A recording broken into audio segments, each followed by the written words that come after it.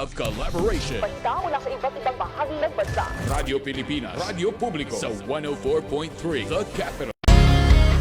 Paano nga ba mag-register para magkaroon ng schedule sa Bagong Pilipinas Presidential Action Center? Narito ang mga dapat gawin. Gamit ang iyong mobile device, pumunta sa eGov.ph app. Pwede itong i-download mula sa Apple App Store o sa Google Play Store. Gumawa ng account. Ilagay ang email address, valid mobile number, pagkatapos ay makakatanggap ka ng one-time code sa iyong email. Gamitin ang code sa eGov app para sa verification ng iyong account at ng mga impormasyong ibinigay. Congratulations! Meron ka ng eGov.ph app account. Pwede mo na ma-access ang iba't ibang serbisyo ng gobyerno kabilang ang mga serbisyo sa Bagong Pilipinas Presidential Action Center. Ito ang Presidential Broadcast Service. Radyo Pilipinas. Radyo Publiko Ng Bagong Pilipinas para sa Bagong Pilipino. Naghahatid ng mahahalagang balita at impormasyon na guugnay ng pamahalaan sa sambayanan. Tulay sa himpapawid ng serbisyo publiko. Radyo Pilipinas. Radyo Publiko. Ang boses ng Pangulo. Sa Mega Manila 738. Radyo Pilipinas. Radyo Publiko. Tahanan ng OFW. Handog ng Department of Migrant Workers at Radyo Pilipinas. Radyo Publiko. Programang maghahatid ng impormasyon sa mga polisiya, programa at mga hakbang ng DMW para sa kapakanan ng ating mga OFWs at kanilang pamilya. Tahanan ng OFW. Programang hatid ay agarang serbisyo publiko para sa bagong bayani ng bayan, para sa bagong Pilipinas. Tahanan ng OFW ng Department of Migrant Workers. Dito sa Radyo Pilipinas. Radyo Publiko.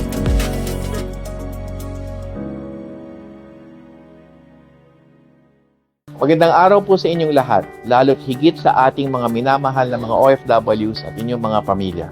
Mula po sa tahanan ng mga OFWs, ko po ang inyong lingkod, Secretary Hans Leo Kakdak, na nag-iimbita sa inyong lahat na sumubaybay sa ating bagong programa sa Radyo Pilipinas, ang Tahanan ng OFWs.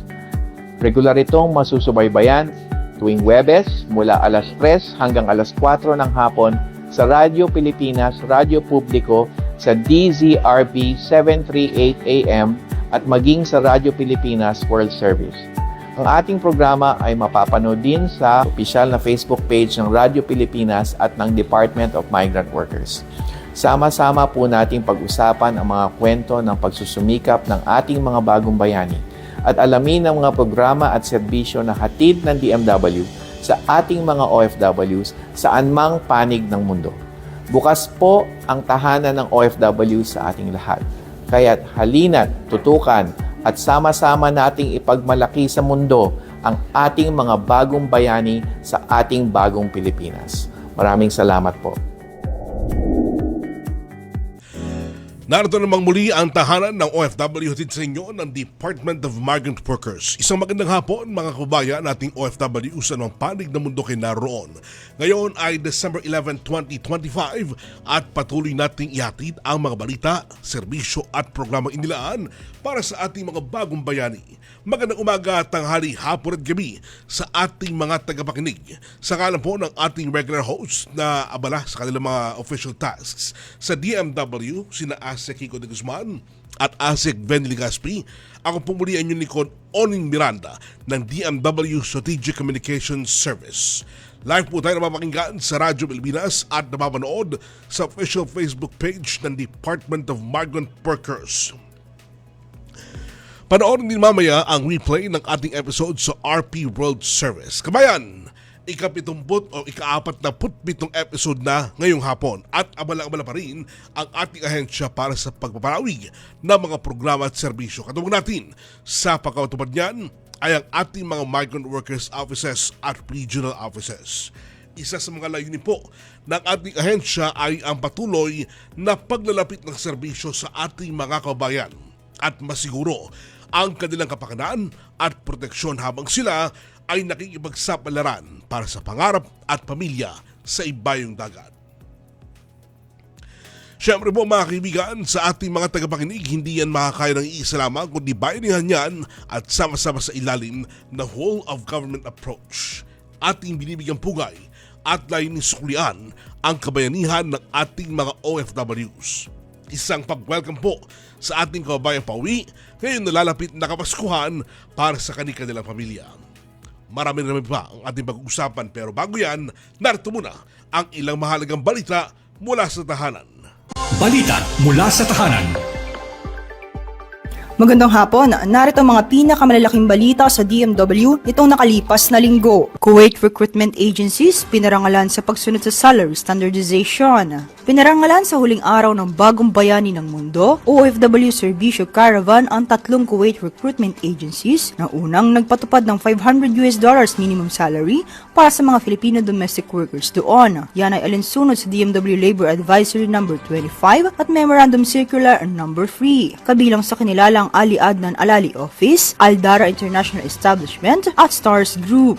Pinangunahan ni Undersecretary Dominic Rubia Tutay ang pagbibigay ng Certificate of Appreciation. Ayon sa DMW, mahalagang hakbang ito upang matiyak ang makatarungang pasahod at mas mataas na dignidad para sa household workers sang-ayon sa direktiba ni Pangulong Ferdinand R. Marcos Jr. Matatanda ang unang kinilala ng MWO Qatar at MWO Malaysia ang Altamayus Manpower at Agency Pekerjaan CCS SDN BHD sa pagpapatupad ng $500 salary standard. Dinagsa naman ng libu-libong OFWs ang tatlong araw na serbisyo caravan mula nitong December 5 hanggang 7 na naghatid ng mga esensyal na serbisyo ng SSS, Pag-ibig, PhilHealth, PSA, LTO at iba pang ahensya. Nagabayan din ng DMW at OWA ang 100 cancer patient OFW sa Kuwait sa pamamagitan ng Action Fund Financial Aid at personal na pagbisita sa mga nasa ospital para sa karagdagang tulong at repatriation support.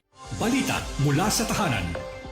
Siyam na tripulante ng MV Eternity Sea ligtas na nakauwi. Nakauwi na sa bansa noong December 4 ang siyam na Filipino seafarers ng MV Eternity Sea na inatake ng Houthi rebels sa Red Sea noong July 7. Sinalubong sila sa NAIA Terminal 1 ng kanilang pamilya at mga opisyal mula sa Department of Migrant Workers, DFA, OWA, DOH at DSWD bilang bahagi ng whole of government response ni Secretary Hans Leo J. Kakdak, Assistant Secretary Jerome Pampolina at Director Augusto San Diego III. Tiniyak ng DMW ang buong tulong para sa mga marino, kabilang ang financial assistance, family support at pag-aasikaso sa mga nawawala nilang mga dokumento, habang nagbigay rin ng OWA, DOH at DSWD ng karagdagang tulong. Sa kanilang pagbabalik, nagpaabot ng pasasalamat ang mga marino sa lahat ng ehensya at sa Greek Ambassador bilang kinatawan ng flag state para sa suporta sa kanilang ligtas na repatriation. Balita mula sa tahanan. At kami ang inyong mga naging tagapagbalita. Ako si Danilo Garcia. At ako naman si Angel Neliasca para sa tahanan ng OFW, Radyo Pilipinas, Radyo Publiko.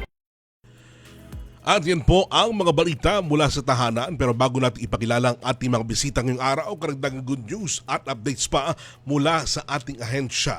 Matagumpay na isinagawa ang Bagong Bayani ng Mundo OFW Serbisyo Caravan sa Abha, December 5 to 6 at Jeddah, December 8 to 9, pinagunahan ng Department of Migrant Workers at Migrant Workers Office Jeddah kasama ang 8 partner agencies. Halos 6,000 transaksyon ang naiproseso para sa mga OFWs, kabilang ang passport renewal, OWA e-card, contract verification, legal assistance at iba pa. Kasama rin ang pagbisita sa mga distressed OFW sa Bahay Kalinga at King Fahd Hospital upang tiyakin ang tulong, psychosocial at medical support at pag-aasikaso sa kanilang mga hinaing. Pinangunahan po ang caravan ni Undersecretary Bernard Olalia, Labor Attaché Fidel Macauyag at Consul General Romel Romato na sinuportahan ng mga Filipino volunteers bilang bahagi ng whole of government effort ni Pangulo Marcos na ilapit ang serbisyo ng pamahalaan sa mga kababayan natin sa KSA or Kingdom of Saudi Arabia.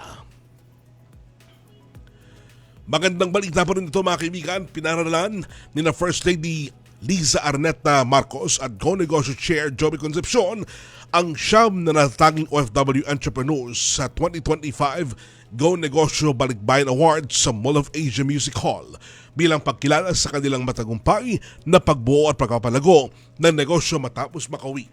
Kabilang sa mga awardees, sina Grace Valencia, Handcrafted Bags, Batangas, Melvin Awid, Vanilla Farming, Sarangani, at Rambi Go, Fashion at Lifestyle Products, Cebu, na pawang nagpakita ng inovasyon, disiplina at resiliency. Itinuturing po ng Department of Migrant Workers ang kanilang tagumpay bilang patunay na epekto ng reintegration programs at sa mahalagang papel ng returning OFWs sa pagpapalago ng lokal na ekonomiya. Our congratulations po sa mga nagwagi sa tinatawag nating OFW 2025 Go Negosyo Balikbayan Awards. At DMW, Department of Migrant Workers, pinalakas ang koordinasyon sa Bali Process Delegates. Pinangunahan po ni DMW Secretary Hans Decocdac ang pagtanggap sa mga delegates ng Bali Process para sa week-long joint meeting ng 8th Technical Expert Group on Returns and Reintegration or TEG. Ayan. RR at 11th Working Group on Trafficking in Persons WGTIP mula December 1 hanggang 5, 2025 sa Maynila. Layunin po ng pagpupulong ang pagtutulungan sa ligtas at dignified na repatriation, sustainable reintegration at mas matibay na anti-trafficking measures sa reyon. Sa ikalawang araw, binisita ng mga delegates ang mga pangunahing DMW service centers at multi-agency sites gaya ng Balik Manggagawa Processing Center, National Reintegration Center for OFWs, Migrant Workers Protection Bureau, UP Manila Center for Gender and Women's Studies at iba pang trauma-informed facilities upang obserbahan ang integrated approach ng bansa sa proteksyon ng migrant workers, lalo na ang mga kababaihan at bata. Binigyan din po ni Undersecretary Bernard Ulalia ang kahalagahan ng regional collaboration para sa secure migration pathways, long-term reintegration at proteksyon laban sa exploitation. Mga kaibigan, bago natin tawagin ang isa sa mga DMW Labor Attaché upang balitaan naman tayo sa pagbibigay ng Action Fund dyan sa mga karating na rayon, narito panoorin muna natin ang ilan sa mga gurong OFWs mula Cambodia na si Robicon Lelatchakiton at Ledima Pintano Hutalia. Hello, good afternoon. I am Robicon here in Cambodia. I am a teacher here. I've been teaching here in Cambodia for almost 10 years now. And madami mga agencies dito kung saan Filipinos and Cambodia are being helped to process documents na hindi na kailangan pumunta sa Pinas. For us, OFWs here, it's very, very helpful given the fact that it's not that easy as we think ang pagbalik sa Pinas at pagbalik dito. Especially yung mga kasama natin mga Pilipino na kung saan they have to work on their OEC. Iba-iba kasi yung mga places nila sa Pinas, hindi naman lahat ng places nag-offer ng OEC. And we have here, we're so thankful sa government agency or this kind of program that we have na kung saan a one-stop lang siya. And given the time, I think for 2 days, na makakayanin na mapuntahan lahat ng mga agency na gusto nating i-apply.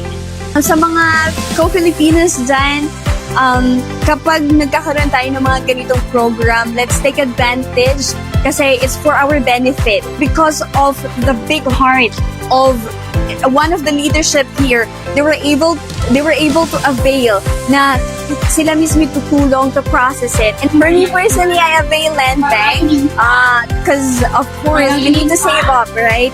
Madami mga Pilipino na minsan inisip nila may pera naman